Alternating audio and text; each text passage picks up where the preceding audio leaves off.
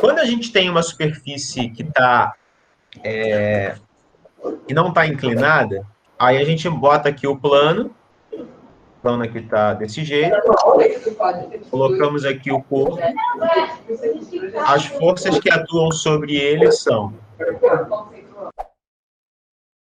a força normal e a força peso, beleza? Essas aqui são as duas forças que atuam sobre o bloco, normal e o peso.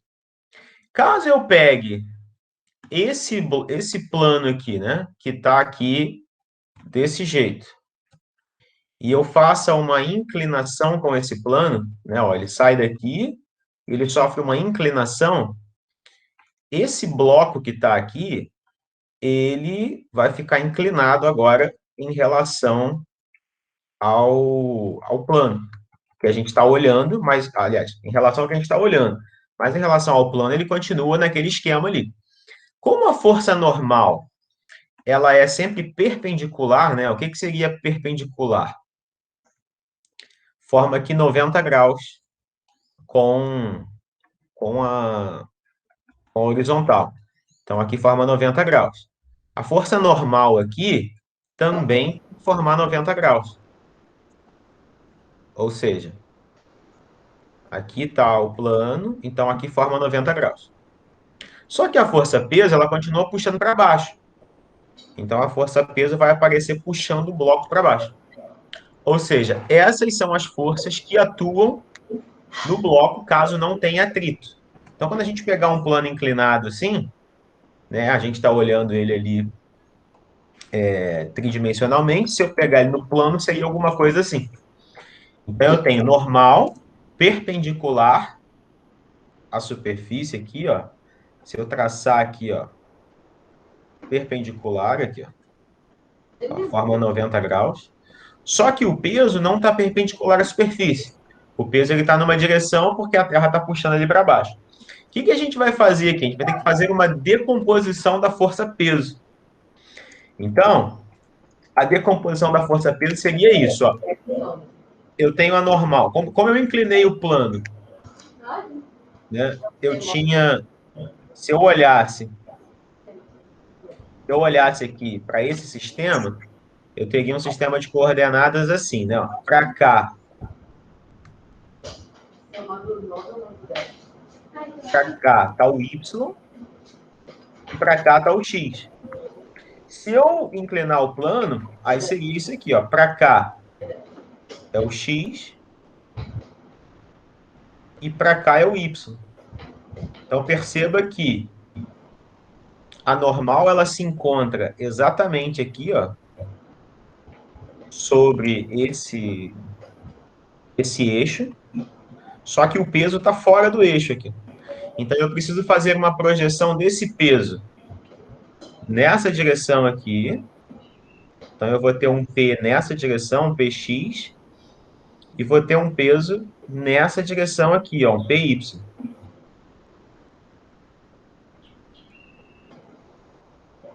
E aí, aqui eu teria um eixo X,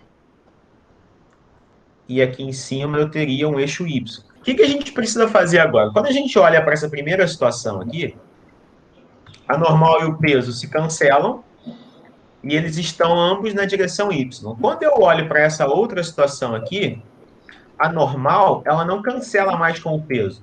A normal, ela cancela com essa projeção do peso. Então, a normal, ela vale PY. E sobra aqui uma força resultante.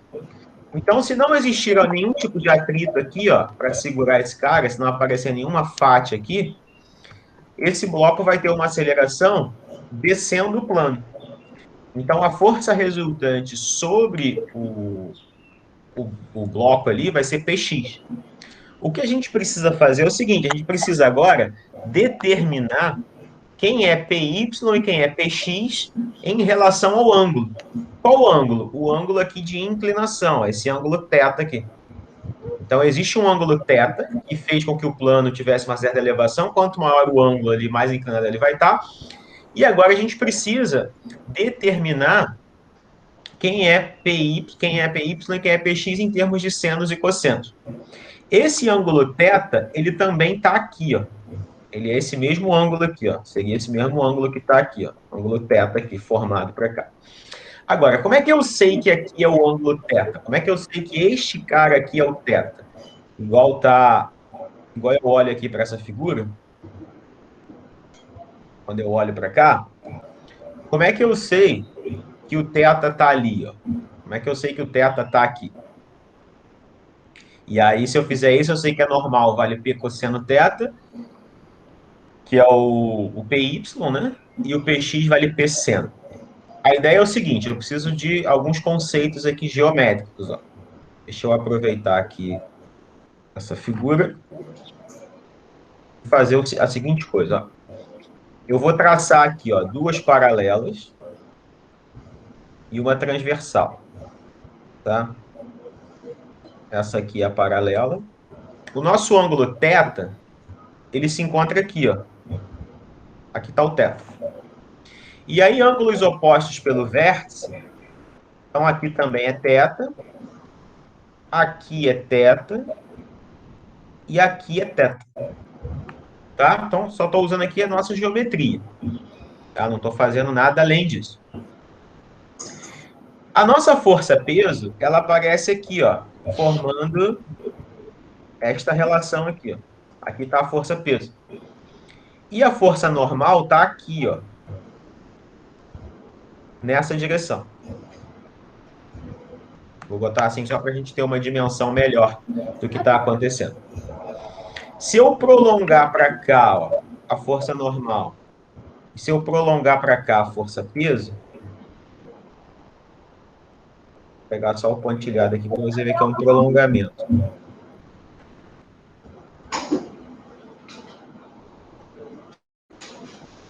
Essa linha ela vai ser importante para quê? Ó? O peso está aqui embaixo, que seria o peso, e aí aqui tem 90 graus. Então, ó, isso aqui é um triângulo, essa figura aqui. A soma dos ângulos internos de um triângulo tem que dar 180.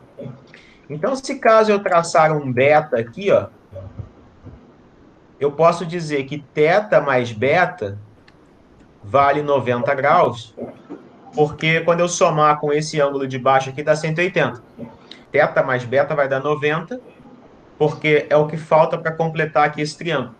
E uma vez que eu faço isso, aí ficou muito simples, porque agora, já que eu tracei essa reta aqui paralela a essa, ó, eu consigo agora, né, essa reta aqui, paralela a essa, eu consigo determinar ângulos opostos pelo vértice. Ó. Aqui é beta também, que aí falta 90 para completar. Se aqui é beta, aqui é θ. Aqui, ó, vale beta. Aqui é o oposto, ó, vale beta. E este ângulo aqui é o θ. Então, isso aqui, a gente pode decompor agora qualquer força. E diante desta situação aqui agora, ó, eu já sei onde se encontra os meus ângulos, né? Então agora ficou mais tranquilo aqui, ó. O meu plano inclinado está aqui. Então eu vou desenhar desse jeito aqui, ó, para ficar tranquilo da gente visualizar aqui.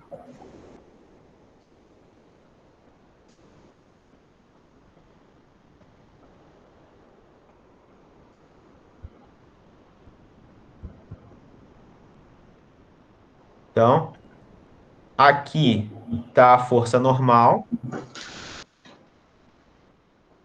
Para cá está a força peso.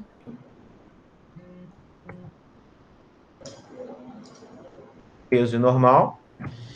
E aí a gente percebeu que existe aqui, ó, uma projeção, né? Vamos pontilhar aqui para ficar mais simples, ó, que é o eixo que a gente está vendo.